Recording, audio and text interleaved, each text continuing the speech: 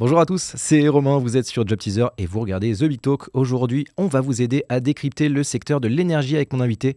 Elle s'appelle Audrey et elle est directrice de projet décarbonation des activités thermiques en France. Bonjour Audrey. Bonjour Romain. Comment ça va? Bonjour à toutes et à tous. Ça va bien. Merci beaucoup pour l'invitation. Ravi de t'avoir sur le plateau de The Big Talk et que tu viennes nous aider à décrypter le secteur de l'énergie. Avant ça, j'aimerais que tu me le pitches. C'est quoi le secteur de l'énergie? Le secteur de l'énergie, c'est tout simplement un secteur d'un enjeu vital. L'énergie est au cœur du développement économique et social. Il faut rappeler qu'il y a quand même encore 700 millions de personnes dans le monde qui aujourd'hui n'ont pas accès à l'électricité. Ah oui. Donc c'est très important qu'on puisse se rappeler ces faits. Nous qui, dans C'est nos clair. pays, avons la chance d'avoir de l'énergie, du gaz et d'autres sources d'énergie.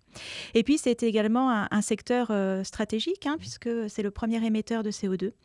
Et avec l'objectif d'aller vers la décarbonation, c'est un secteur qui s'est engagé résolument dans la transition énergétique et qui présente de formidables opportunités. Bon, alors la décarbonation, ça c'est, je crois, un des enjeux phares du secteur de l'énergie. Et justement, on en vient à parler des enjeux. C'est quoi les trois gros enjeux? La décarbonation, le premier?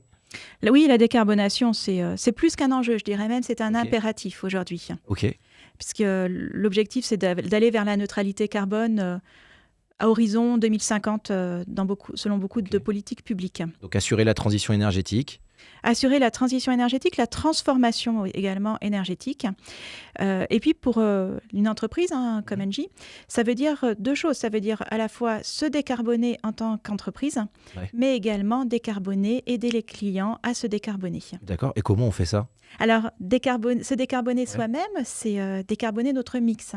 D'accord. Sortir du charbon, développer les énergies renouvelables électriques, chaleur, froid, mais également gaz. Et puis, de l'autre côté, aider nos clients à se décarboner, avec notamment des solutions d'efficacité énergétique. On en propose, par exemple, à des clients industriels. Alors, il y a tout un process, ça va du diagnostic, de l'audit, à la fourniture de solutions, Ok. pour aider les clients à mieux maîtriser leur consommation d'énergie, avec l'objectif, bien évidemment, derrière, de réduire les émissions de CO2. Ok. Donc proposer des offres qui aident cette transition énergétique pour les clients. Deuxième enjeu majeur sur ce secteur?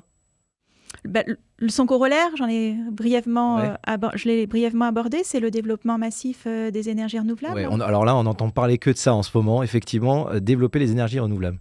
Alors, les énergies renouvelables, elles sont plurielles en fait. Ouais. On connaît et on entend beaucoup parler des énergies électriques.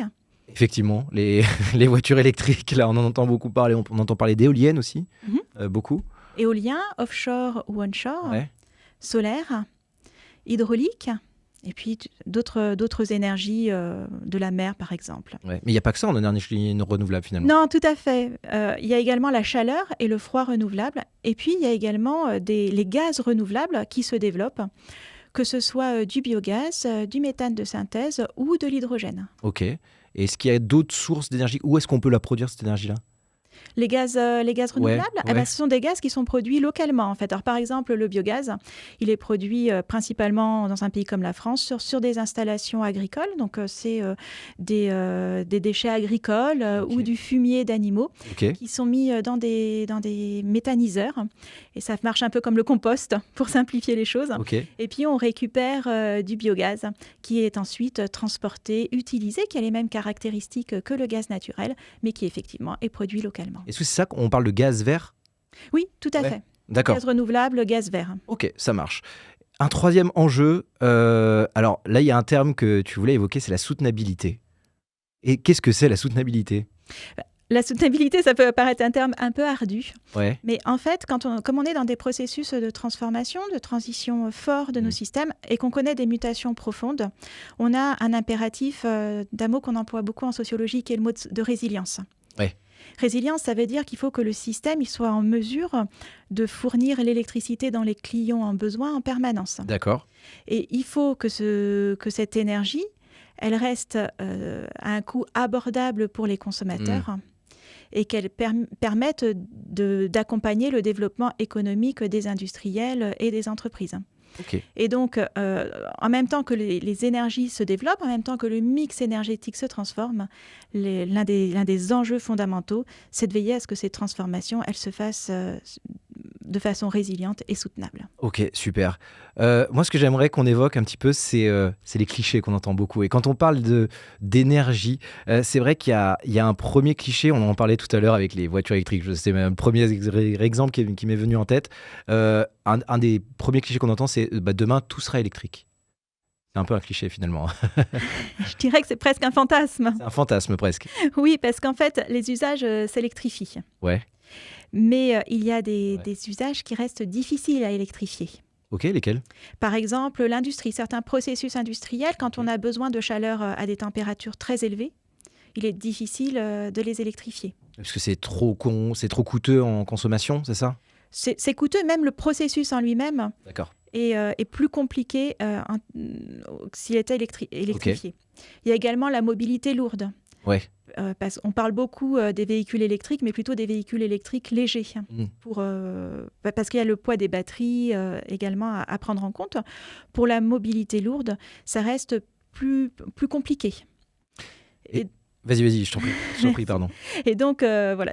Donc, il y a effectivement des usages qui sont plus difficiles à électrifier que d'autres. Et là, toi, tu dis, enfin, appuyé aussi sur des dires de, je crois, la directrice du groupe Engie, effectivement, on va plus penser à ce qu'on appelle un mix, finalement, et là-dedans, on englobe le gaz, finalement. Oui, tout à fait. Alors, la directrice générale d'Engie, Catherine MacGregor, a l'habitude de dire c'est l'alliance de l'électron et de la molécule. D'accord. Parce que le système repose à la fois sur l'électricité et le gaz. Ouais. Et puis, quand on électrifie, on est également plus sujet à avoir dans le système énergétique des périodes de pointe où on va avoir besoin de beaucoup d'électricité. Et donc, le système aura besoin de plus en plus de moyens de flexibilité. Ouais.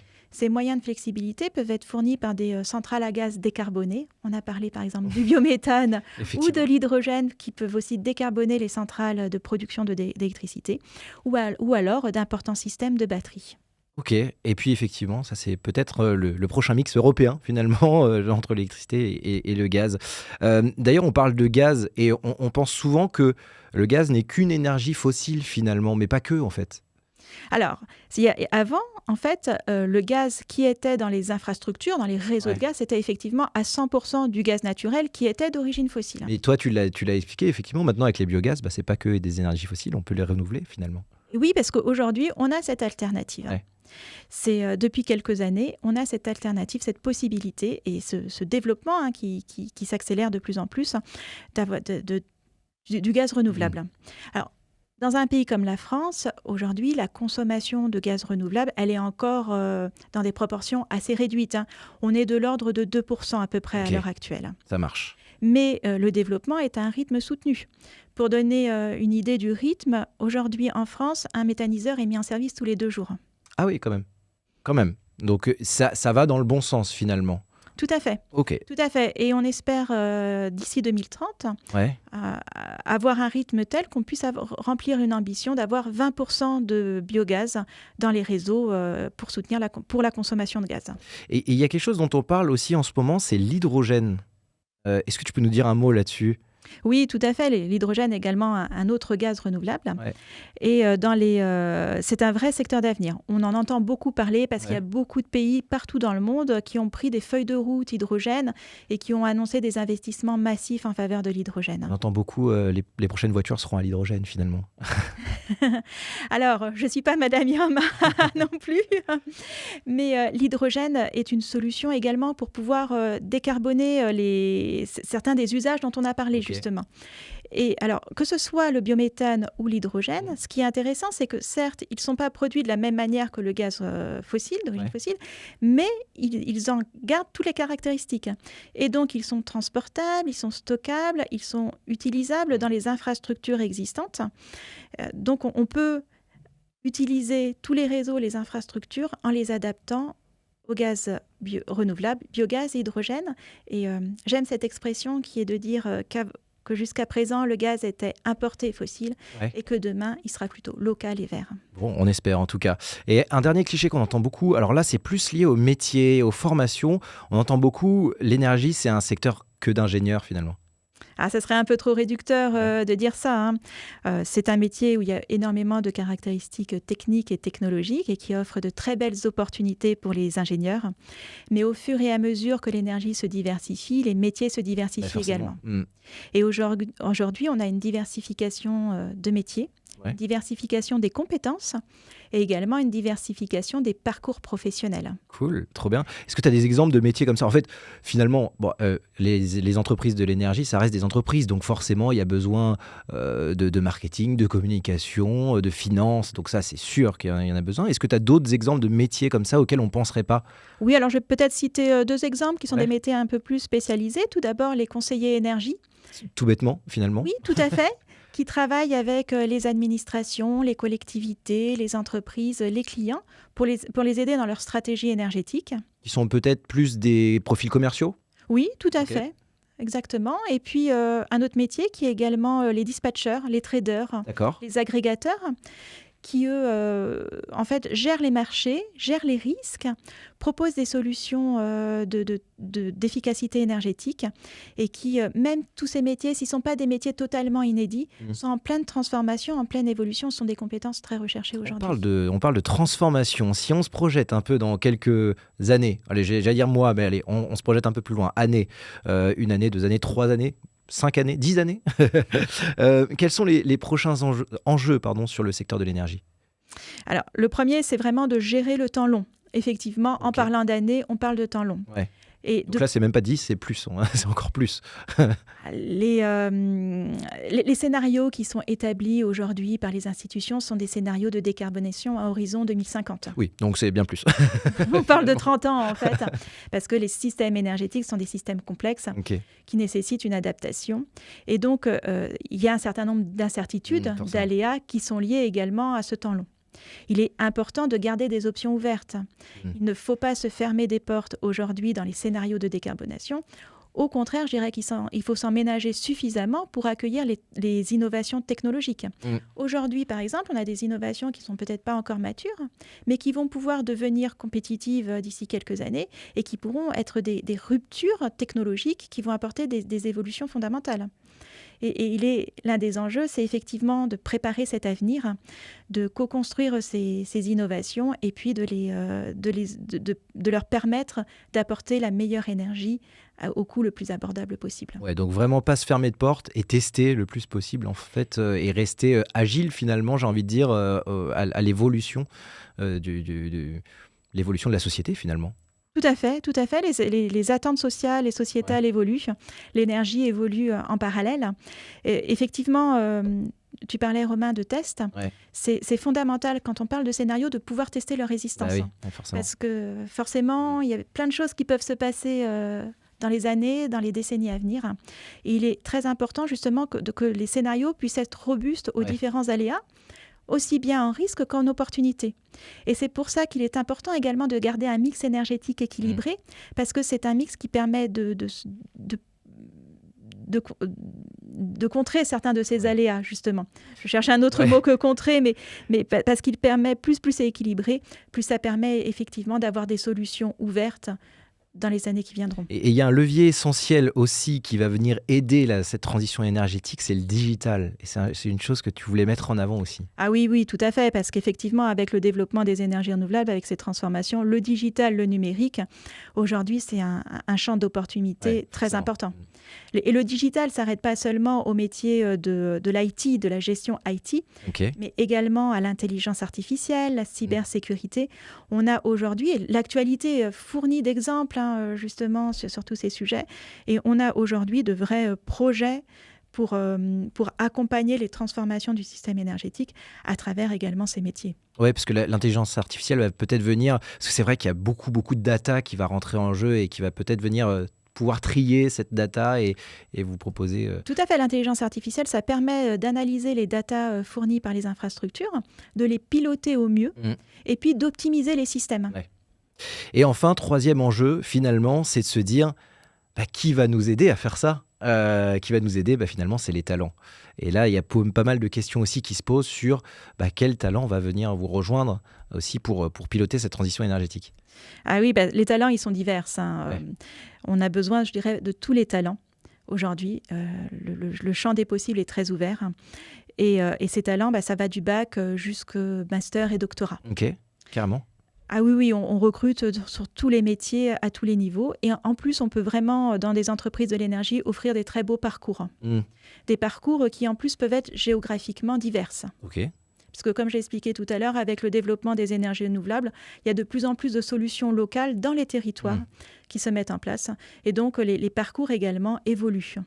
Et puis, il y a également une évolution culturelle des métiers de l'énergie, avec une transformation également des compétences comportementales. L'inclusion, la diversité, l'ouverture, le fait de travailler beaucoup plus aussi ensemble. Et puis, un dernier point, le courage. Parce qu'on va vers des métiers qui sont en transformation. Il faut mettre en place des nouveaux projets. Et tout nouveau projet suppose d'apporter des idées, de la créativité. Et parfois, dans la mise en œuvre d'un projet, on fait face à différents éléments. Et puis, il faut continuer à avancer. Et c'est au fil des années que ces projets se mettent en place. Et puis en parallèle, il y a peut-être un autre enjeu aussi, c'est la féminisation de ce secteur aussi. Tout à fait, parce que dans les industries électriques et gazières, la place des femmes, ça représente 27% seulement aujourd'hui. Et donc, il y a un enjeu qui est fondamental, c'est d'accompagner la transition énergétique par une meilleure mixité au sein des entreprises du secteur. Une entreprise comme Engie a réellement un engagement très fort dans ce domaine, un engagement qui a été validé jusqu'à notre conseil d'administration. Et on a mis en place plusieurs actions. Je vais en citer 3 qui représentent 3 facettes différentes de cet engagement. Le premier axe, c'est le programme 50-50, dont l'objectif est d'atteindre la parité managériale d'ici à 2030. Le deuxième axe, c'est un programme qui est à destination des jeunes, vraiment jusqu'aux plus jeunes. On a identifié au sein d'Engie 400 ambassadrices et ambassadeurs, techniciennes et techniciens du groupe, qui vont dans les écoles, en Belgique, en France, pour sensibiliser les jeunes aux métiers techniques, technologiques, et notamment les jeunes femmes de l'énergie. Parfait. Et puis cet engagement, il n'est pas seulement européen, c'est une politique mondiale, il est partout présent dans le monde. Et j'ai cité un pays comme le Brésil, où Engie a été certifié EDGE ALSES, justement pour sa parité, pour ses efforts en faveur de la parité. Super. Pour venir conclure cette émission, cet échange entre nous, est-ce que tu as quelque chose à dire là, si je te donnais la parole pendant 1 minute, qu'est-ce que tu aimerais dire aux étudiants qui nous regardent? Alors je souhaite simplement dire que les métiers de l'énergie, c'est des métiers passionnants. C'est un secteur passionnant, plein d'avenir. On le sent en tout cas, on sent par ta passion. Oui, moi je suis très heureuse. Ça fait maintenant presque 15 ans que je travaille dans ce secteur. Je suis très heureuse parce que c'est un métier qui a du sens, qui permet également d'évoluer. Si j'ai un conseil à des étudiants qui sont intéressés aujourd'hui pour rejoindre le secteur, c'est d'allier des savoirs majeurs et des savoirs mineurs. Alors, je m'explique sur ce que ça veut dire.